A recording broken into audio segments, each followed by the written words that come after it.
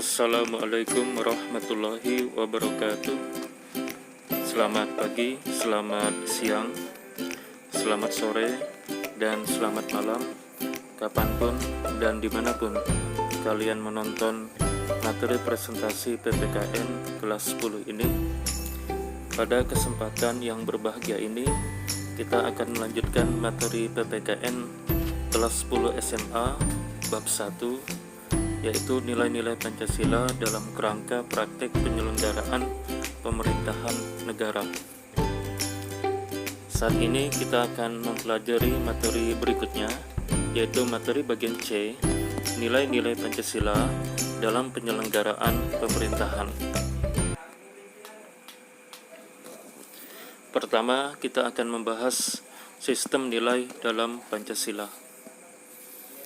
Nah, di sebelah kiri kalian bisa melihat ada sebuah gambar, yaitu gambar sepeda motor. Nah, sepeda motor itu adalah sebuah sistem. Kenapa?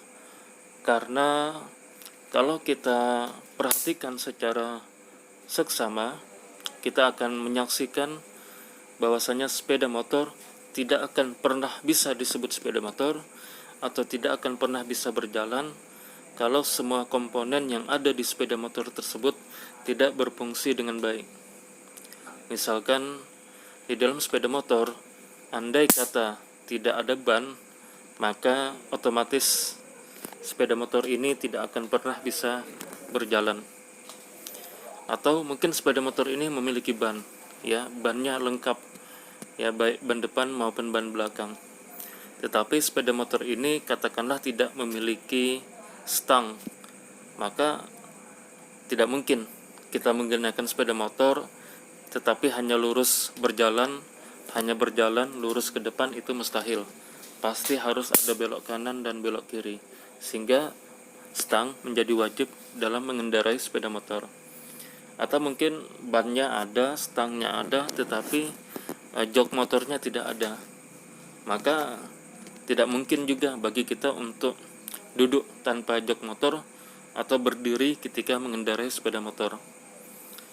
Atau mungkin jok motornya ada lengkap, ada ban, ada stang, tapi boleh jadi remnya yang tidak ada. Maka rem pun menjadi penting, karena rem adalah sebuah alat keselamatan dalam berkendaraan sepeda motor. Begitu juga dengan katakanlah kaca spion.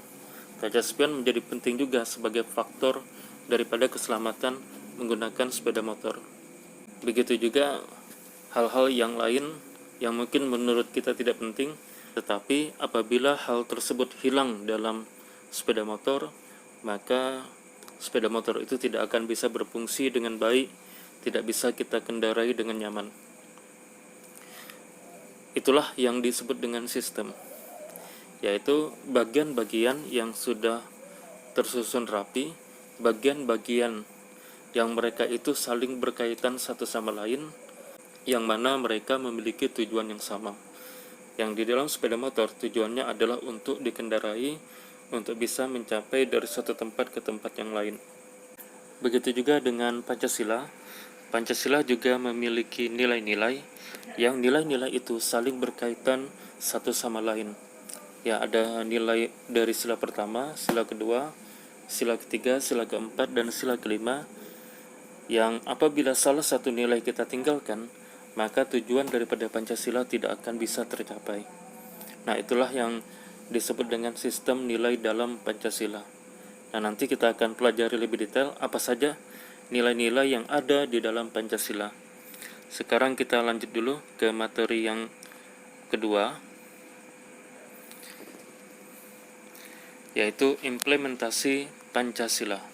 Pancasila yang termuat dalam pembukaan Undang-Undang Dasar Negara Republik Indonesia tahun 1945 yang merupakan landasan bangsa Indonesia itu mengandung 3 tata nilai utama, yaitu dimensi spiritual, dimensi kultural, dan dimensi institusional. Nah, apa itu dimensi spiritual? Dimensi spiritual mengandung makna bahwa Pancasila mengandung nilai-nilai keimanan dan ketakwaan kepada Tuhan Yang Maha Esa sebagai landasan keseluruhan nilai dalam falsafah negara. Nah, jadi sekali lagi dimensi spiritual ini berkaitan dengan kerohanian, berkaitan dengan keagamaan. Dan dimensi spiritual ini sifatnya causa prima. Jadi dia adalah dimensi yang paling tinggi, dimensi yang paling dasar, ya dimensi yang paling utama. Dan ini tercermin di dalam Pancasila, yaitu sila pertama, ketuhanan yang Maha Esa. Itu artinya negara kita betul-betul mengakui keberadaan Tuhan Yang Maha Esa. Nah, yang kedua, dimensi kultural, yaitu dimensi yang mengandung makna bahwa Pancasila merupakan landasan falsafah negara, pandangan hidup bernegara, dan sebagai dasar negara. Nah, jadi sekali lagi dimensi kultural itu mengandung makna bahwa Pancasila merupakan landasan falsafah negara, pandangan hidup bernegara, dan sebagai dasar negara. Yang terakhir, dimensi institusional mengandung makna bahwa Pancasila harus sebagai landasan utama untuk mencapai cita-cita dan tujuan bernegara dan dalam penyelenggaraan pemerintahan. Sekali lagi, dimensi institusional itu mengandung makna bahwa Pancasila harus sebagai landasan utama untuk mencapai cita-cita dan tujuan bernegara dan dalam penyelenggaraan pemerintahan. Nah, jadi sekali lagi dimensi institusional ini berkaitan dengan institusi, berkaitan dengan pemerintahan, ya berkaitan dengan lembaga. Nah, artinya sudah masuk ke ranah praktek.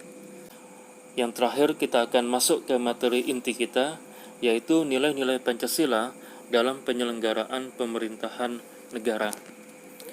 Tentu ada banyak sekali nilai-nilai Pancasila yang kita bisa dapatkan di internet. Kita cukup dengan mengetik misalkan 45 butir Pancasila. Di situ akan kita lihat isi dari nilai-nilai Pancasila yang berjumlah 45 butir. Namun di buku paket PPKN kita itu tidak semuanya dibahas. Jadi tidak 45 butir itu dijadikan sebagai contoh, tetapi hanya beberapa dari 45 butir Pancasila. Yang pertama kita akan bahas tentang nilai sila ketuhanan yang Maha Esa. Yang pertama, pengakuan adanya causa prima, sebab pertama, yaitu Tuhan yang Maha Esa. Yang kedua, menjamin penduduk untuk memeluk agama masing-masing dan beribadat menurut agamanya. Yang ketiga, tidak memaksa warga negara untuk beragama, tetapi diwajibkan memeluk agama sesuai hukum yang berlaku. 4. Ateisme dilarang hidup berkembang di Indonesia. Yang kelima, menjamin berkembang dan tumbuh suburnya kehidupan beragama, toleransi antar umat, dan dalam beragama. 6. Negara memfasilitasi bagi tumbuh berkembangnya agama dan iman warga negara dan menjadi mediator ketika terjadi konflik antar agama. Yang kedua, yang B, nilai sila kemanusiaan yang adil dan beradab. Nah, di sini nilai-nilai Pancasila yang bisa kita ambil. Yang pertama, menempatkan manusia sesuai dengan hakikatnya sebagai makhluk Tuhan karena manusia mempunyai sifat universal. 2. Menjunjung tinggi kemerdekaan sebagai hak segala bangsa. Hal ini juga bersifat universal. 3. Mewujudkan keadilan dan peradaban yang tidak lemah. Hal ini berarti bahwa yang dituju masyarakat Indonesia adalah keadilan dan peradaban yang tidak pasif, yaitu perlu pelurusan dan penegakan hukum yang kuat jika terjadi penyimpangan-penyimpangan, karena keadilan harus direalisasikan dalam kehidupan bermasyarakat. Berikutnya, C. Nilai sila persatuan Indonesia. Ada beberapa nilai. Yang pertama, nasionalisme. Yang kedua, cinta bangsa dan tanah air. Yang ketiga, menggalang persatuan dan kesatuan bangsa. 4. Menghilangkan penonjolan kekuatan atau kekuasaan, keturunan, dan perbedaan warna kulit. 5. Menumbuhkan rasa senasib dan sepenanggulangan. Berikutnya, D. Nilai sila kerakyatan yang dipimpin oleh hikmat kebijaksanaan dalam pemusyawaratan perwakilan. Ada beberapa nilai. Yang pertama, hakikat sila ini adalah demokrasi. Demokrasi dalam arti umum, yaitu pemerintahan dari rakyat, oleh rakyat, dan untuk rakyat. Nah, ini pendapat dari Abraham Lincoln, Presiden Amerika Serikat. 2. Permusyawaratan artinya mengusahakan putusan bersama secara bulat, baru sesudah itu diadakan tindakan bersama. Di sini terjadi simpul yang penting, yaitu mengusahakan putusan bersama secara bulat.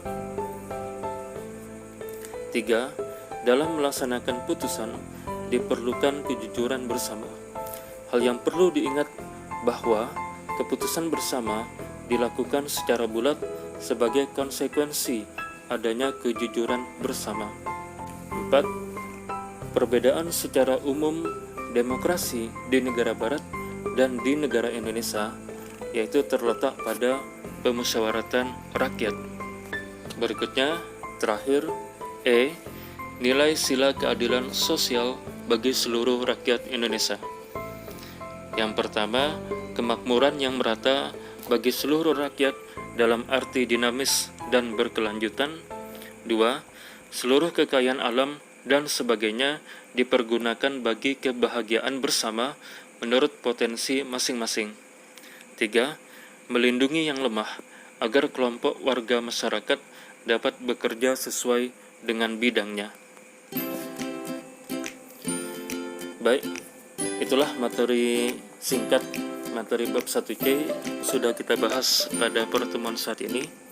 Mohon maaf apabila dalam penyampaian materi Bapak mungkin ada kekurangan, ada khilafan, ada kesalahan, dan terima kasih atas kesediaan kalian untuk menonton materi presentasi ini.